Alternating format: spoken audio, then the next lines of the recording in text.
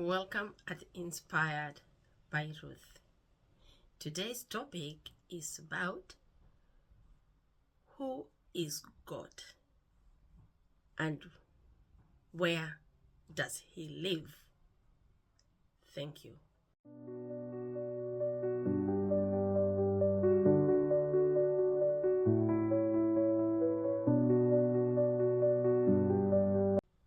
In the society that we live today, we like to know everything around us.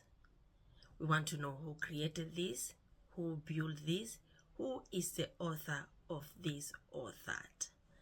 And then when we look around and we have answers, and then we come to a point that some things we don't have enough answers about them, then we start asking, who did this? Who created this? Who engineered this? And then we come to an understanding some things that we see, for example, the ocean, the galaxy, the moon, the sun, the stars, even the most complex human being that we have. Who created them? Who created all this? Other things we understand who created them, but the other things we cannot pinpoint who created them. And then we start asking, who did this? And some people say there is a man upstairs. Others will say there is a force behind it. Others will say it's the environment. But when you look at all those answers sometimes we give ourselves, they're still not complete. Because when you look at the human being, we can say we know how they were born. But one thing we cannot answer, or something that is hidden to us, nobody knows the exact hour or minute a child is going to be born. Our doctors have knowledge. They may give us the month, they may give us how many weeks, but the hour and the minute, nobody knows. That one is hidden from human beings. And then you see about death. Our doctors who are so brilliant and God has blessed them, they can tell us an individual is left with 6 months, 3 years, 2 weeks, 4 weeks. But the time and minute, the hour, nobody knows. That one is hidden from us. And then we come back and ask, who is behind all this? We have seen a lot of gods around us. We have seen some gods in the shrines. Some of them, they're in the temple. They're carved from wood. They're carved from stones. Still, they do not answer all the questions. I'll give you a scenario. For example, if I become a potter today and start using clay, modeling things, and I model an idol, or I become a stone worker and I cave a god, I'll go to the forest or the machinery areas and bring a stone or wood, and then I'll chop according to the way I want it to be. I'll give it an ear, I'll give it a nose, I'll give some hands, whatever shape I want to give this particular god, I want to call it a god. After I've done, because I'm using clay as an example I've given, I have to put it outside to dry. I have to pour some water so it doesn't crack. And if I've got kiln, I'll put in a kiln for it to dry. After I finish all that, I will paint it. I will color to the color that I want it to be. After I finish all that, I will take it to a shrine or a high places and decorate the place that I'm going to put the god that I've created. Then after all that is done, I will say that is my God, and I will worship it. So tell me, between me and that God that I have created, who is more strong? who is more powerful. Looking at the scenario I've given, I think I'm more powerful because I was able to create it. I was able to carve it. I was able to design according to the way I want. And the Bible tells us in the Bible tells us in the book of Isaiah 46 that is what we do. We create an idol according to our own specification and we start to worship it. Looking at it, who is lying the other? Because this idol cannot move.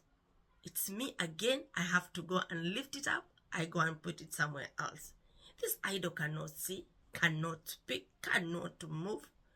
Even when the dust is around, it's me to go and wipe the dust. So who is stronger than the other? For me, I think the person who has the power over an object or a thing, he is more powerful than what he has created or he has built. And then we go back to our question, who is God? Is he real? And when you see people asking such a question, just know there is a true thing behind it. When you see so many counterfeits around a thing, just know there is an original thing behind. Because where do they get the counterfeit? Where do you get something to resemble the other? That comes back to me, and I continue to ask, who is God? When you see so many counterfeits around, just know there's somebody somewhere knows the truth. But he's hiding the truth from everybody. So what he does, he brings so many counterfeits that we may not get to the original thing. So there's somebody somewhere knows where the original thing is. There's somebody somewhere knows there is an original thing because he's able to go and carve it according to the specification. He knows the original. And the other thing is, who is hiding the truth? And when you go around many society, many tribes, many nations, they have a way they used to call their God. They have a way they worship their God. Some people say their God lives in the mountain. Some people say he lives in the ocean. Some people say he lives in the temple, in the shrines. Why? Because somebody came and planted so many counterfeits to confuse us, that we may not know the original thing.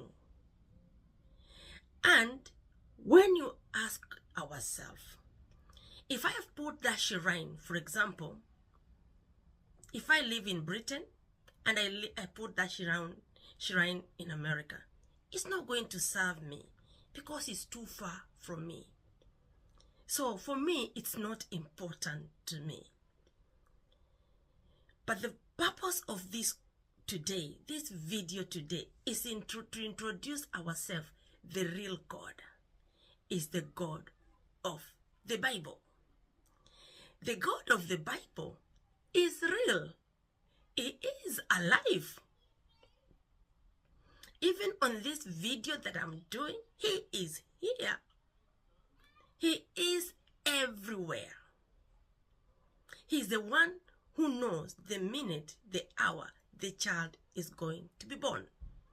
He's the one who knows the minute, the hour a person is going to die. He's the one who knows where we go after death. We have said many times, people have said there is no God, there's no life after death. But we have so many testimony upon testimony. Thank God for the media. We hear history of atheists who said, when I died, when I had an accident, and then I was in theater, I was taken somewhere. And somewhere I was taken, I was alive where I was taken, and I was shown so many things. Then they come with a testimony and they say, there is a God. There is a God. And the God that I'm talking about today is the God of the Bible. And this God, we don't need to carry him. We don't need to chop him. We don't need to create him. He created us. He understands where we have come from and where we are going. Have you wondered, when a woman conceived, where do the bones come from of the baby the mother is carrying in their belly? How do those bones gel in the tummy of the mother for 9 months?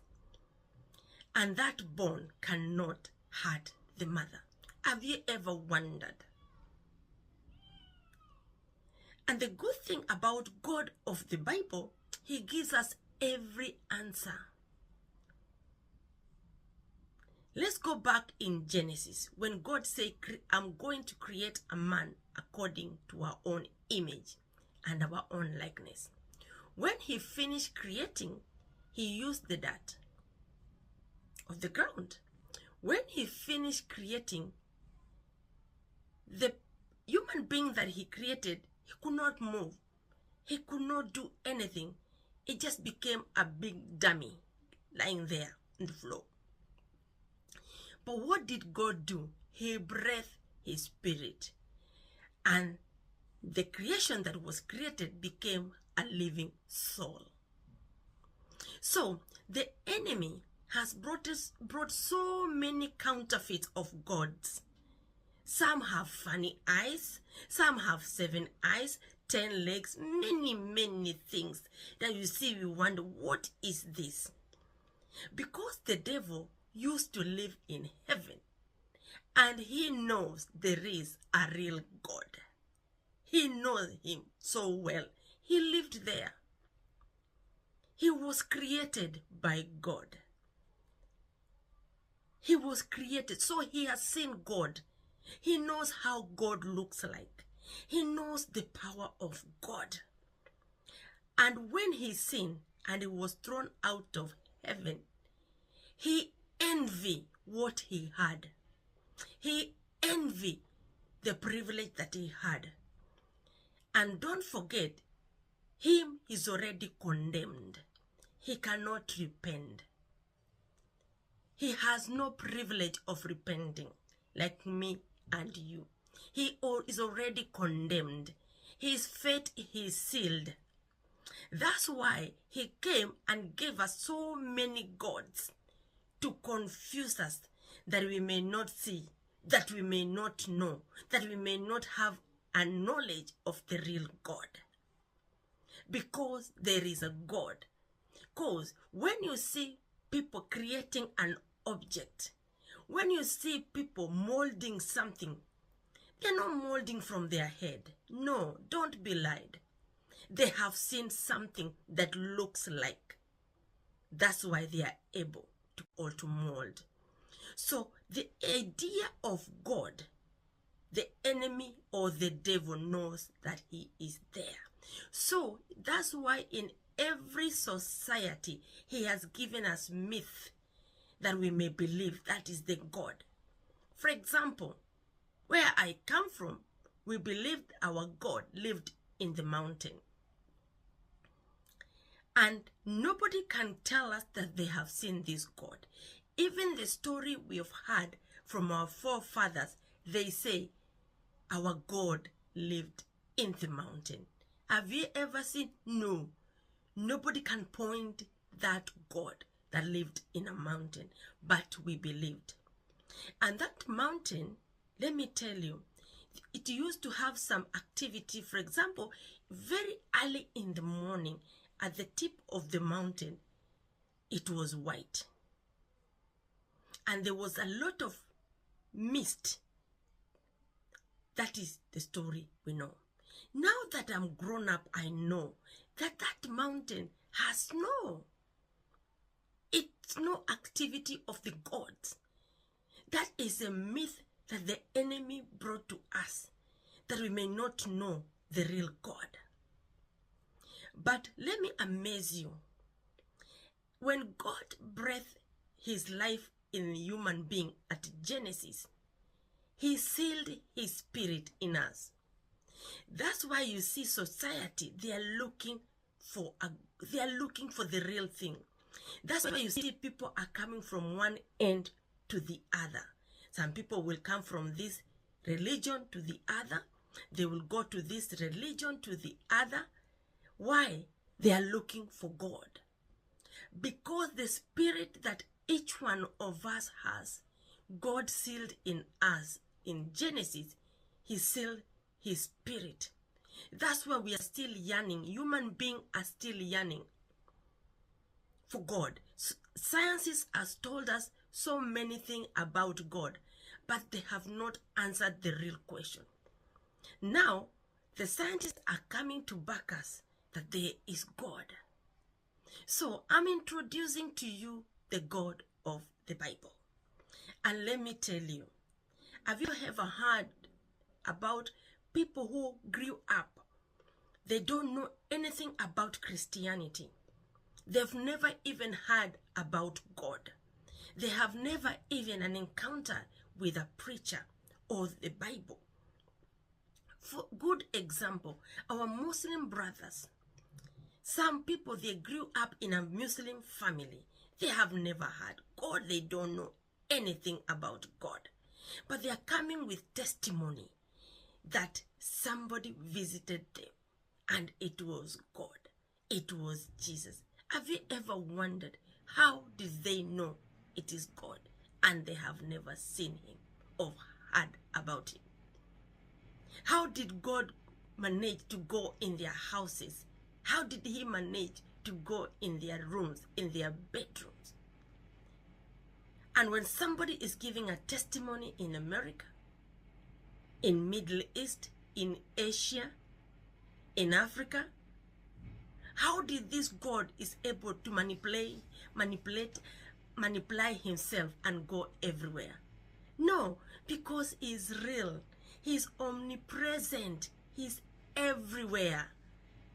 And the person who has this kind of power that he can be everywhere, he is God. Remember the scenario I said, when somebody is able to create something to build, he has power over the thing that he has created. For this God to be able to go everywhere, he is a real God. And let me tell you, this God, his permanent address, he's in everyone. The spirit that he breathes in us is in everyone. Don't let anyone lie to you that God is in the mountain, God is in the valley. No, our God is everywhere. He is everywhere. And I want to speak to that particular brother or a sister or a mother or a father who is there and he asking, I've heard about this God. Where is he? Let me challenge you tonight, this morning, this evening, whatever time of the day or the hour you're watching this video. Speak and say, God, if you are real, can you show yourself to me? God, if you are real, I want you. God, if you are real, please come and visit me. And I guarantee you, he will come. Tell me, which other God can do that? Which other God that we have in our temples can do that? Which other God that we carry can do that? No one. It's only God of the Bible who can do that. He can come where you are. He will answer your thirst. He does not choose anything. He does not need human hand. He does not need human ability or power to lift him up. No, he will come to you. He is everywhere. He is everywhere. So I am challenging everyone watching me today. Ask God, God, if you are real, I need you. So do not be confused of many gods you see on the street or on the internet. No, they are all false gods. The Bible tells us all other gods are the works of men, but the true God is only God who is self-existing, who is God omnipotent, who is God omniscient, who is Elohim, who has been able to create what you see. And believe you me, no one else can create. Let me tell you, with this era of AI, let me tell you, until Jesus comes, nobody is going to create a human being. Don't be lied. You can create a version, but giving breath, no, you don't have breath to give. It's only God of the Bible. And I'm encouraging anyone today, this God of the Bible is real. The God of the Bible is alive. So speak to him and say, God, if you are there, come to me. And guess what? He will. May God bless his word. Subscribe so we can continue understanding about this God. God bless you.